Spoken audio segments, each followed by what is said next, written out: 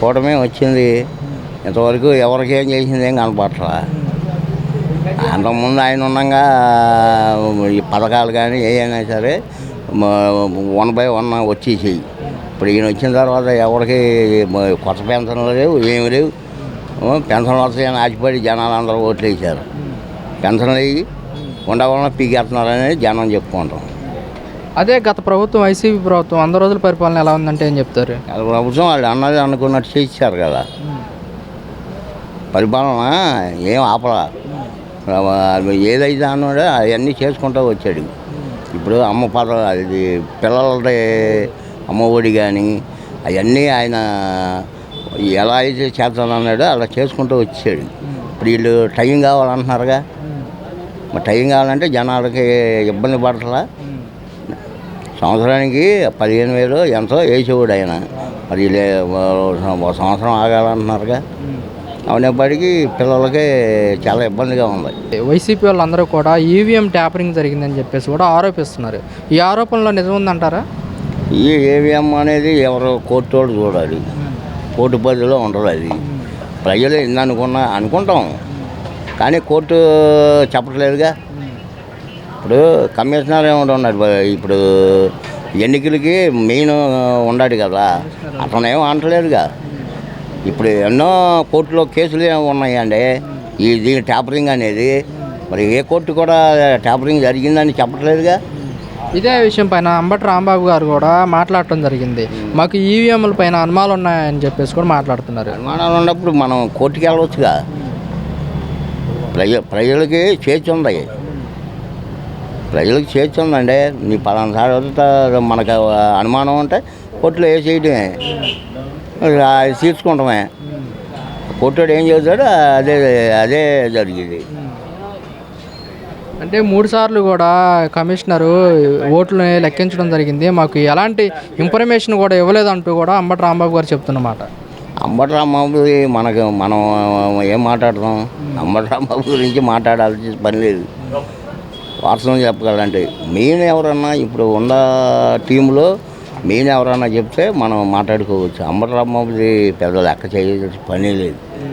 మరి ఈసీ చెప్పడానికి భయపడుతుందంటూ కూడా అంబటి రాంబాబు గారు వ్యాఖ్యలు చేస్తున్నారు కదా, మరి అలానే భయపడుతున్నారంటారా? ఈసీ భయపడుతున్నారు ఎన్నికల సంఘం చెప్పేసి అంబటి రాంబాబు అంటున్నాడా? మరి భయపడే కాడికి మరి బయట పెట్టవచ్చు కదా. ఇప్పుడు ట్యాంపరింగ్ జరిగిందండి. ట్యాంపరింగ్ జరిగినప్పుడు ఇప్పుడు 100 రోజులు అయిపోయింది. వాళ్ళు ట్యాంపరింగ్ జరిగినా ఏం చేస్తాం? మనం ఏం చేయలేంగా. 100 రోజులు అయినా కానీ ఇప్పుడు వరకు మాకు రిజల్ట్ అనేది బయట పెట్టలేకపోతున్నారు అని చెప్పేసి కూడా మాట్లాడుతున్నారు. రిజల్ట్స్ బయట పెట్టలేదంటే ఏం చేస్తాం చెప్పండి. రిజల్ట్స్ కాదు కావాల్సింది. ప్రజలు ఎన్నుకున్నారు, మనుషులుగా వచ్చేసారు, ఎవరికాళ్ళు పరిపాలన చేసుకుంటున్నారు. చేసుకునేటప్పుడు వీళ్ళు ఎన్నో ప్రతిపక్షాల వాళ్ళు అన్నాక అనేక వేస్తూ ఉంటారు, బురద చెమ్ముతూ ఉంటారు. అది మనం ఏం చేయలేము. మరి ఇప్పుడు వైసీపీ వాళ్ళు అన్నట్టుగానే ఈవీఎం ట్యాంపరింగ్ జరిగింది అనుకుంటున్నారా మీరు? వైసీపీ వాళ్ళు అన్నట్టుగా ట్యాంపరింగ్ అంటే జనాల్లో ఏం లేదు. ట్యాంపరింగ్ జరిగింది లేకపోతే ఇంకోటి జరిగింది దానివల్ల వీళ్ళు గెలిచారనేది జనాల్లో ఏమైతే లేదు. రాజకీయ నాయకులుగా అనుకుంటున్నారు, ప్రజల్లో లేదు. మరి వైసీపీ వాళ్ళు ఏమంటున్నారంటే మా పైన ఎలాంటి వ్యతిరేకత లేదంటున్నారు కదా. మరి వ్యతిరేకత లేదు, ఎందుకు 11 సీట్లు వచ్చినాయి? అదే దానికి ధీటుగా వాళ్ళు ఏమంటున్నారంటే ట్యాంపరింగ్ జరిగింది అంటున్నారు. ట్యాంపరింగ్ జరిగిందంటే ఇక అది కోర్టు పరిధిలో ఉంటుంది. మనం జనాలు ఏం చేయలేరు. జనాలు ఇప్పుడు మళ్ళీ 5 సంవత్సరాల తర్వాత ఇలా ప్రతాపం చూపించుకుంటాం. 5 సంవత్సరాలు మనం ఏం చేయలేము. సార్ అంబటి రాంబాబు కొన్ని వ్యాఖ్యలు అయితే చేస్తున్నారండి. మాకు ఈవీఎంల పైన కొన్ని అనుమానాలు అయితే ఉన్నాయని చెప్పేసి కూడా. ఈ అనుమానాలు ఉన్నాయంటారా? అలాంటి అనుమానాలు మరి ఆ లెక్కకు వస్తే పోయినసారి మరి అందరూ అలాగే వచ్చారు కదా, 151 ఇచ్చారు కదా, మరి అట్లాగే వీళ్ళు కూడా అనుకోవచ్చుగా. ఇప్పుడు ఆ పార్టీ అయినా లేదు ఈ పార్టీ అది ఎవడైనా ఒకటే ధర్మం. మరి ఆ రోజు వీళ్ళు కూడా అదే అనుకోవచ్చుగా. ఏముండదు, జనంలో మార్పు కోసం వచ్చింది వేశారు. అయితే వైసీపీ ప్రభుత్వం పైన ఎలాంటి వ్యతిరేకత లేదు, మాకు ఈవీఎంల మీదే అనుమానాలు ఉన్నాయంటూ కూడా వైసీపీ అంటున్నమాట. అప్పుడు ఈవీఎంలు కాదు, ఇవాళ ఈవీఎంలో అప్పుడు ఆడు గెలిచాడు అడ్డంగా అంటే మరి అది తప్పేగా. అవి కరెక్ట్ కాదు. జన అభిప్రాయాన్ని బట్టి వాళ్ళు ఎన్నుకున్నారు, వచ్చింది అంతే. జనాలంతా తిరుగుబడి అప్పుడు ఎలా జరిగిందో ఇప్పుడు అలాగే జరిగింది. అదే దానికి మైనస్ పాయింట్. జగన్ మెజార్టీ తగ్గింది. ఏపీ ఎన్నికల్లో మాకు కొన్ని వివరాలు రావాలంటూ కూడా అంబటి రాంబాబు అయితే కొన్ని వ్యాఖ్యలు అయితే చేస్తున్నారు. ఈ వ్యాఖ్యలను ఎలా చూస్తారు? అంబటి రాంబాబు వ్యాఖ్యలు మాటలే సరిగ్గా లేవుగా. అక్కడ బూతులు తిరిగితే పని జరుగుద్దా? ఏదైనా వ్యవహారంగా మాట్లాడి పని చేయించుకోవాలి ఎవడైనా కానీ. మరి వ్యవహారం లేకోకుండా నీ ఇష్టం వచ్చినట్టు మాట్లాడితే ఎవరిని పడితే వాళ్ళని పెద్ద చిన్న లేకుండా మాట్లాడితే ఎవరు ఒప్పుకుంటారు? అంటే మాకు ఈవీఎంల పైన అనుమానాలు ఉన్నాయని చెప్పేసి కూడా వ్యాఖ్యలు చేస్తున్నారు కదా వైసీపీ వాళ్ళు. ఈఎం వాళ్ళకి ఏం పని వాళ్ళు ఎట్టుంటే అటు మాట్లాడతారు. వాళ్ళు ఈఎం వాళ్ళు అధికారం వాళ్ళు వైపు ఉంటే వాళ్ళ వైపు మాట్లాడతారు. నిన్నటిదాకా వాళ్ళ వైపు మాట్లాడారు, ఇవాళ వీళ్ళ వైపు మాట్లాడతారు. ఏమన్నా పోలింగ్ జరిగిన తర్వాత ఈసీ 3 సార్లు వేరువేరుగా లెక్కలు విభజించారు, కానీ మాకు ఇంతవరకు ఆ వివరాలు వెల్లడించలేదంటూ కూడా అంబటి రాంబాబు అయితే కొన్ని వ్యాఖ్యలు అయితే చేస్తున్నారు. 3 సార్లు ఏమి చేయలేదు మాకు ఇక్కడ. మాకు ఎమ్మటే లెక్క ఇప్పించారు. 2వ రోజున 3వ రోజున లెక్క ఇప్పించేశారు.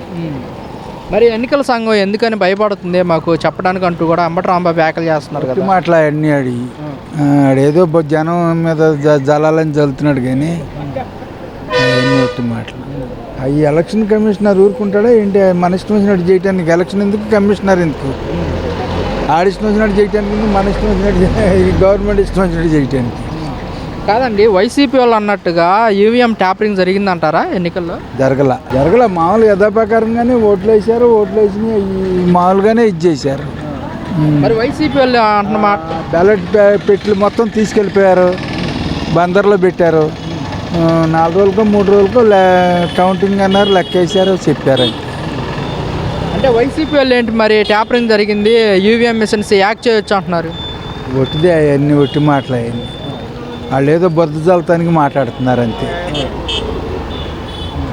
వాళ్ళు బురద చల్లటానికి మాట్లాడే మాటలు అవి కాదండి. ప్రతి ఒక్కరికి ఇంత మెజార్టీ వస్తుంది, మాకు అనుమానాలు ఉన్నాయంటూ కూడా వైసీపీ నేతలు అయితే మాట్లాడుతున్నారు. దిగులతో వేసారు అంతే. అంతే వాళ్ళ మీద దేశంతో వేసారు. వాళ్ళు ఏం చేశారని ఇది చేస్తారు? పని కనీసం ఒక రోడ్డు, ఒక గొయ్యి పొడిచారా ఎక్కడన్నా?